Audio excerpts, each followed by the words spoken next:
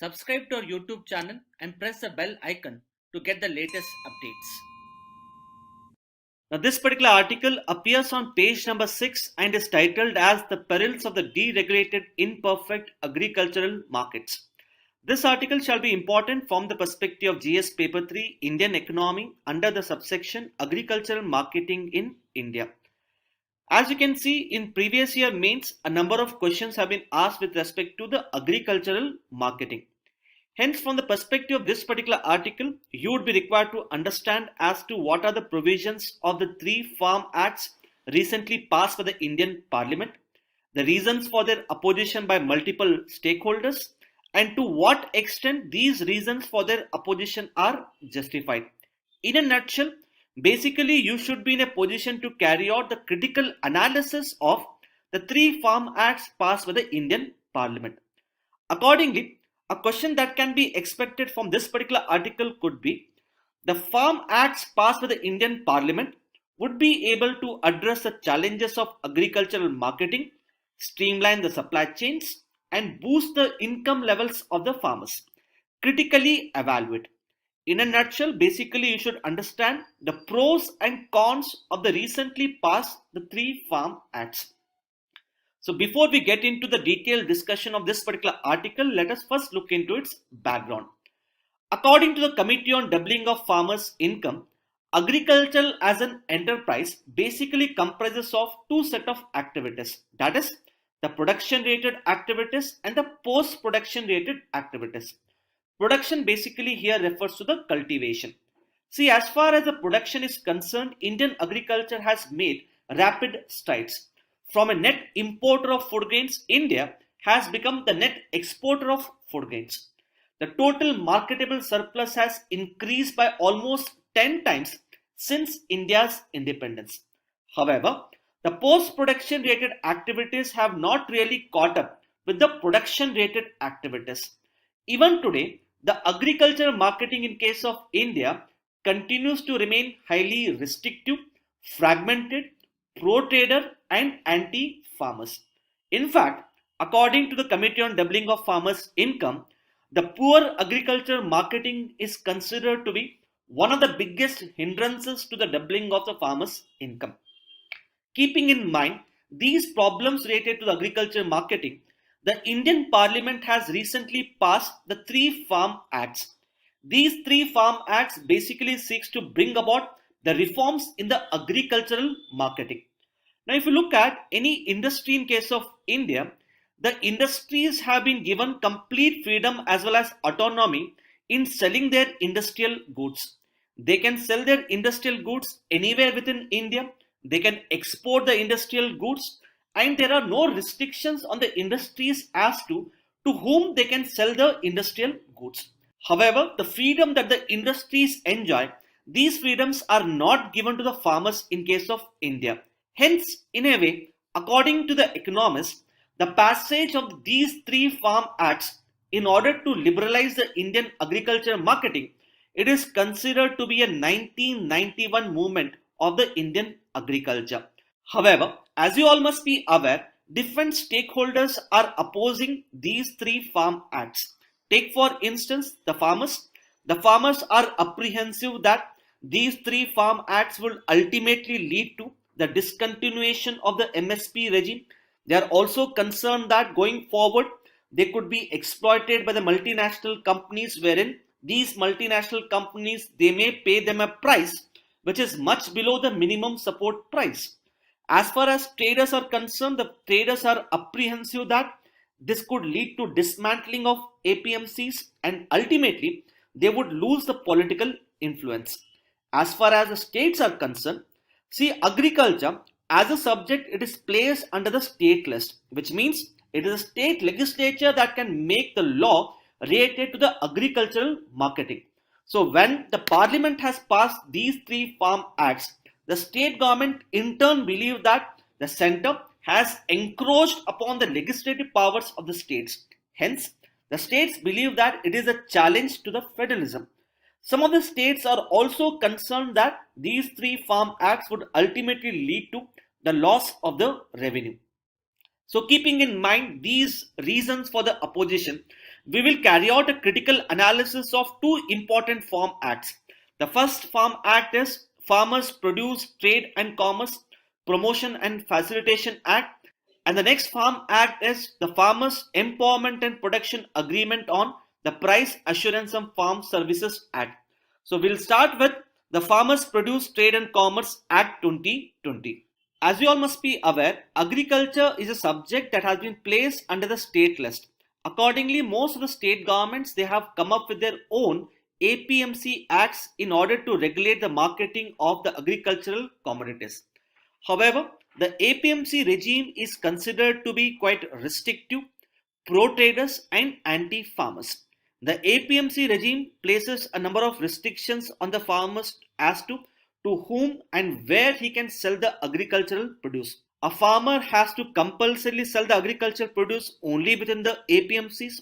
A farmer has to compulsorily sell the agricultural produce only to the traders. So a farmer under the present APMC regime does not have the freedom to sell the agricultural produce outside the APMCs. He does not have the freedom to sell the agricultural produce directly to an exporter, trader or a consumer. Hence, in order to liberalize the agricultural marketing, this particular act basically seeks to provide the freedom to the farmers to sell their agricultural produce whomsoever and wherever they would want to. Under this particular act, the farmers can sell their agricultural produce outside the APMCs in the trade area. Now, the trade area as defined under this particular act include the farm gate, factory premises, warehouses, cold chain infrastructure and so on. So a farmer can now sell his agricultural produce directly to a processor, exporter, trader or a consumer. Under the present APMC regime, if someone has to buy the agricultural produce from the farmers, the traders must compulsorily have a trading license. However, this requirement has been done away with under this particular act, wherein now the requirement to buy the agricultural produce from the farmer is to have a PAN card and there is no need to have the trading license. Apart from that, whenever the farmers sell their agricultural produce in the APMCs, multiple fees are required to be paid. Some of these fees include the APMC cess, market development fee and so on. Under this particular act, no fee would be imposed when a farmer sells his agricultural produce outside the APMCs in the trade area. See, when we give the freedom to a farmer to sell the produce directly to a processor, exporter or a consumer, disputes are bound to arise. Accordingly, this particular act provides to set up a dispute resolution mechanism by the subdivisional magistrate at the district level. The subdivisional magistrate is required to set up the conciliation board in order to handle the disputes that may arise between the farmers and the traders. Now, presently there is a sense of misconception among certain sections of the society that we have done away with the APMCs completely. This is not true. Rather, now a farmer would have basically two choices. He can either go and sell the agricultural produce within the APMCs which are controlled by the state government, or he can go and sell the agricultural produce in the trade area which is as defined under this particular act passed by the Indian Parliament. So now this particular act basically provides more freedom or more choices to the farmers as to where and to whom he can sell the agricultural produce. By offering the choices to the farmers, we are trying to ensure that the farmers get the right and remunerative prices for their agricultural produce. So in a way, the new Farm Act tend to democratize and liberalize the agricultural marketing regime in India. Now, the reforms introduced by the government of India is indeed considered to be a game changer. It looks extremely good on the paper. But the question is this reform alone sufficient to double the income levels of the farmers? That is, by giving the freedom to the farmers, would we be able to increase their income levels? Now, in order to find the answer to this particular question, our analysis should be based upon certain empirical evidence.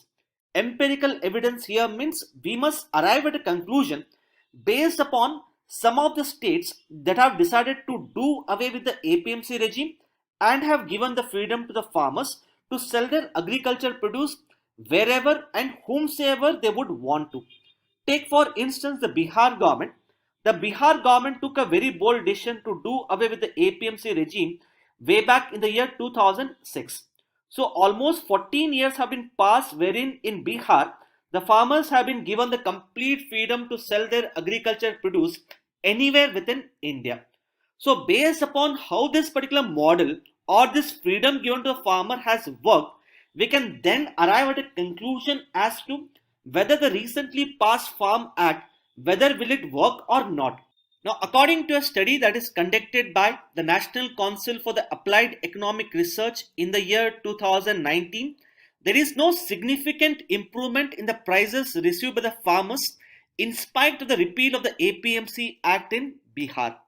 This is so because the markets are located away from the villages, because of which almost around 90% of the crops are sold within the villages itself to the traders at a price which is much below the minimum support price. So the Bihar's model tells us that if this Farm Act has to work, then we would have to increase the density of the agricultural markets. Secondly, the Bihar government believed that more amount of private sector investment would take place in the agriculture marketing. However, the private sector was not so enthusiastic in setting up of the private market yards. And thirdly, since the Bihar government did away with the APMC Act completely, this in turn led to the loss of revenue to the Bihar government. This revenue otherwise could have been used to improve the infrastructure of the existing APMCs, streamline the agriculture supply chain, and this could have actually boosted the income levels of the.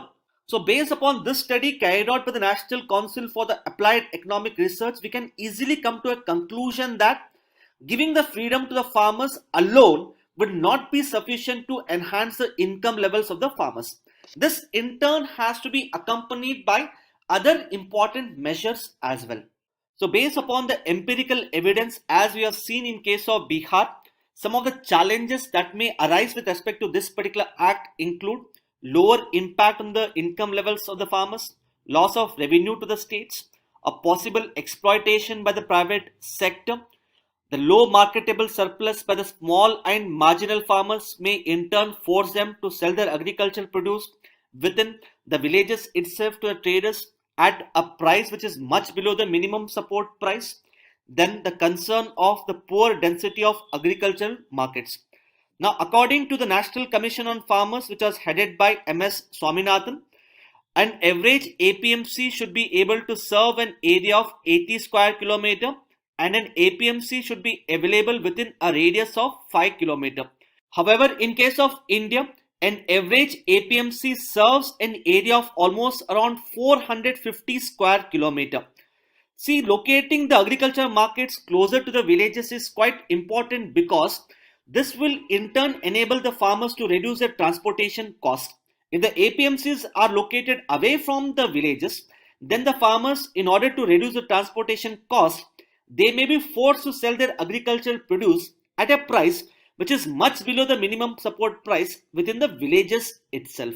So we have to ensure that the recently passed Farm Act does not remain a mere paper tiger. It has to act as a game changer. So what strategies are required to be followed? See, first and foremost, some of the economists have highlighted that in order to address the concerns raised by the farmers that they could be exploited by the private sector entities, this particular act has to be amended. Under this particular act, we have to introduce a provision that if a farmer is selling his agricultural produce in a trade area directly to a processor, exporter or a trader, the price paid to the farmer should compulsorily be higher than the minimum support price. Secondly, we would have to increase the marketing density in line with the recommendations of the National Commission of Farmers headed by MS Swaminathan. Thirdly, as highlighted before, we have set up a dispute resolution mechanism in the form of the conciliation board. So going forward, as we start implementing this particular act, the number of disputes between the farmers and the traders are bound to arise.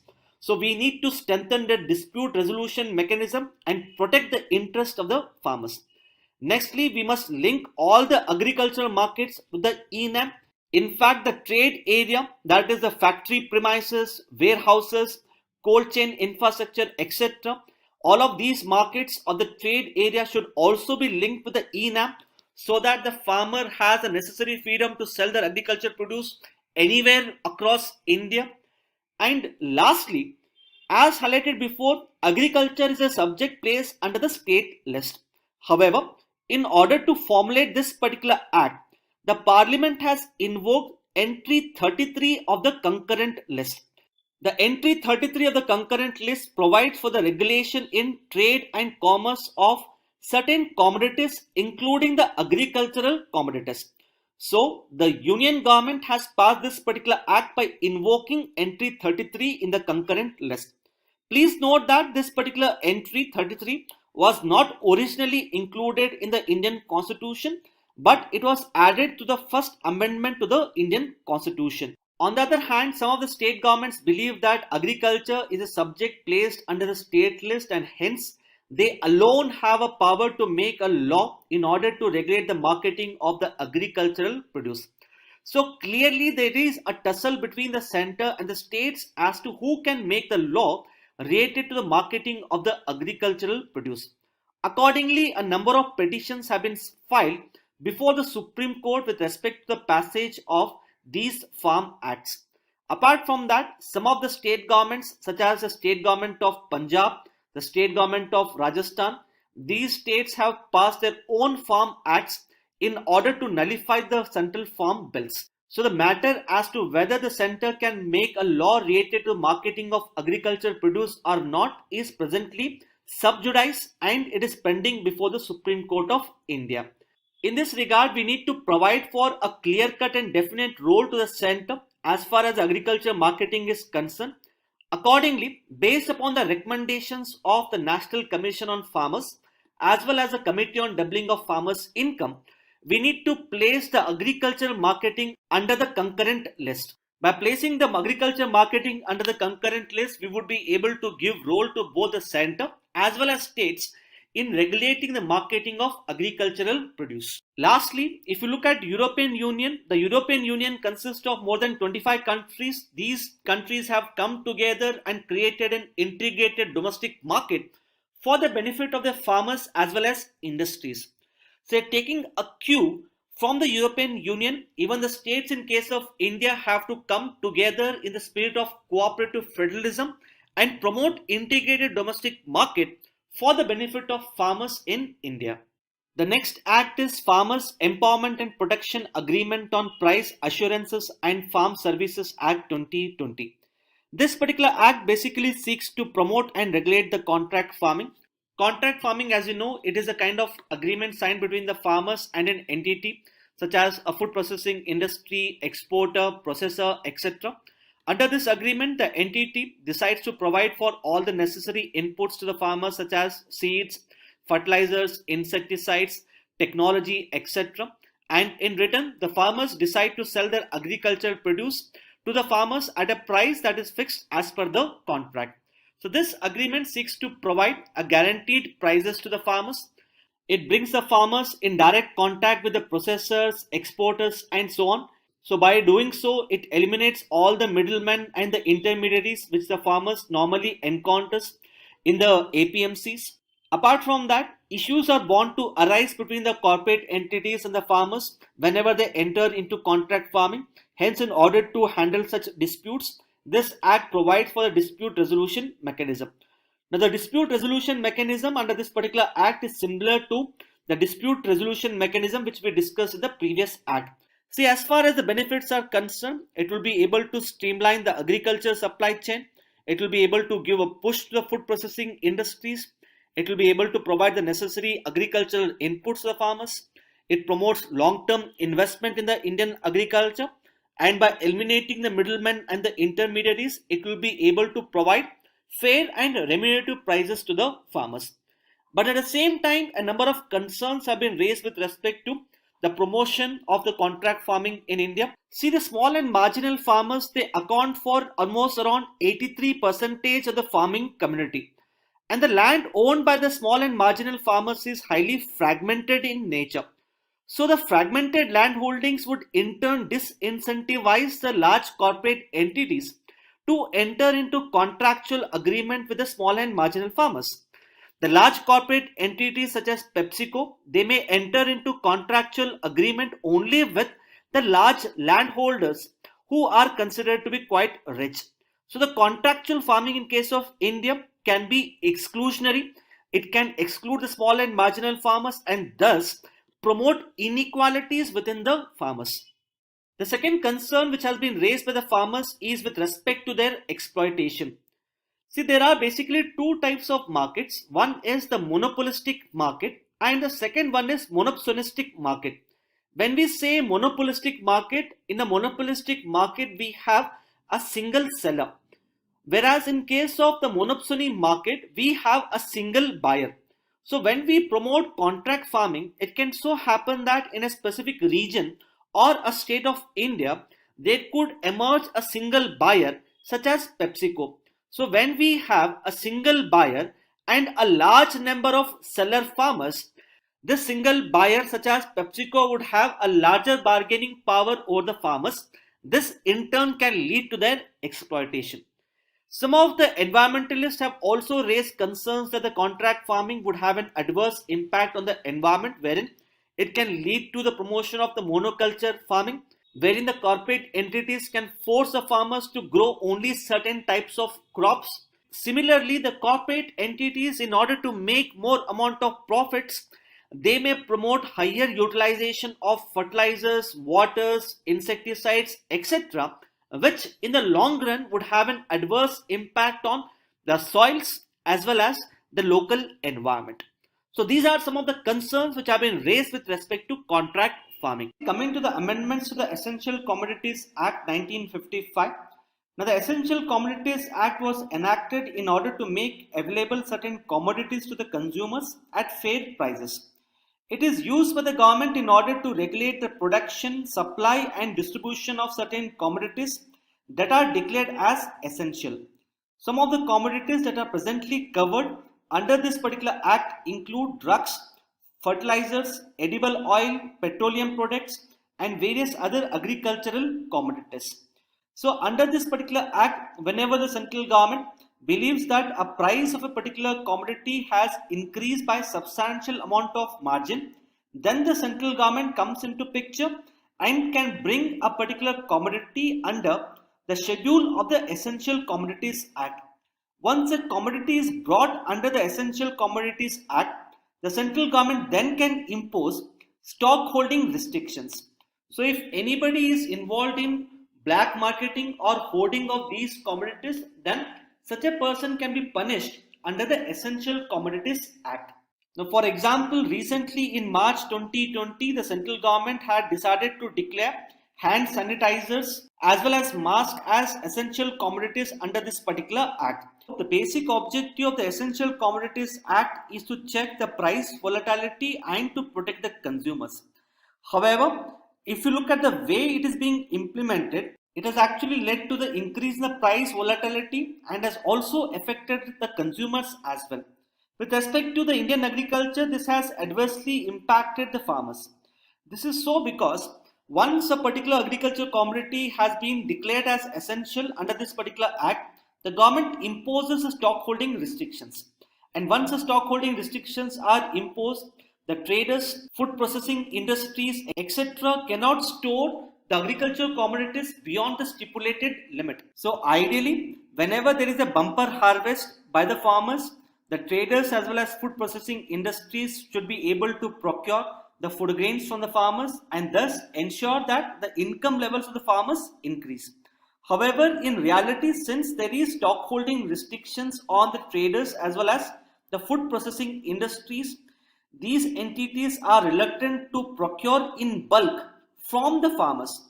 So, even though there has been bumper harvest of the agricultural commodities in India, this has failed to translate into higher income levels for the farmers. So, the Essential Commodities Act has led to the reduced prices for the farmers. Secondly, the traders as well as food processing industries are reluctant to invest in the creation of the storage infrastructure due to the imposition of the stock holding restrictions. This has inhibited the development of vibrant market and it has also weakened the development of the agricultural value chain. Now, all of these aspects we have already discussed in our previous DNS videos, and that is why we are not going into details of these aspects, and we are basically focusing on the problems with the recent amendments.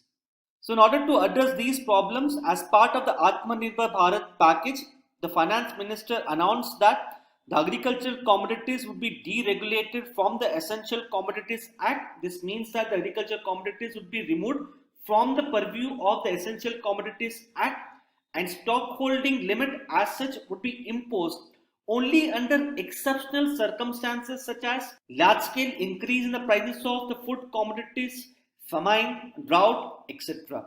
So let us understand as to why the farmers in India are opposing these amendments proposed to the Essential Commodities Act. Now, as discussed before, the removal of the stockholding restrictions under the Essential Commodities Act would benefit the farmers.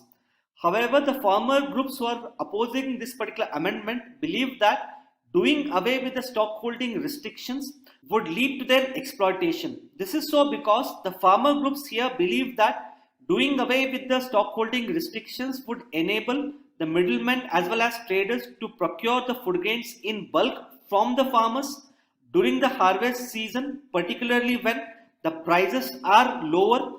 These agricultural commodities which are procured would be stored in the godowns as well as the cold chain infrastructure, and as and when the prices of these commodities would increase, the middlemen and traders would sell off these commodities and thus would be able to make more amount of profits. So there will be a large scale differences at which the farmers have sold their agricultural commodities to the traders and the prices at which the traders actually sell off these commodities in the open market.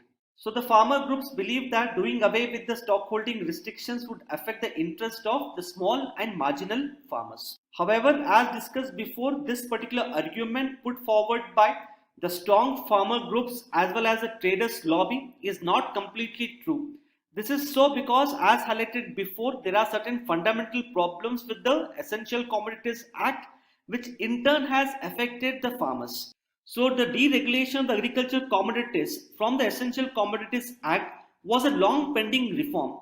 In fact, a number of agricultural experts as well as the Economic Survey 2019-20 had suggested not only to do away with the stockholding restrictions completely, but they had also suggested to abolish the Essential Commodities Act. Now, for example, some of the agricultural experts believe that even now the central government has a prerogative to fix the stockholding limits under certain exceptional circumstances. So this creates huge amount of policy uncertainty for the private sector. So a particular private sector entity may decide not to make an investment to improve the storage infrastructure simply because later on the central government can impose the stockholding restrictions. That is why the agriculture experts have pointed out that we need to do away with the stockholding restrictions completely, and such restrictions should not be imposed even during the exceptional circumstances. Going one step forward, the Economic Survey 2019-20 had suggested for the complete abolition of the Essential Commodities Act in order to benefit the farmers. So as far as the exam is concerned, you should basically know the pros and cons of the Farm Acts and what strategies should the government follow in order to address the challenges that may arise upon the implementation of these Farm Acts. See, as far as the contract farming is concerned, in our discussion, I have basically highlighted the pros and cons. I have not highlighted as to what strategies are required to be followed to address these challenges that may arise upon the implementation of the contract farming. So please do let us know as to what strategies should the government follow in order to address the challenges that may arise upon the implementation of the contract farming in the comment section given below.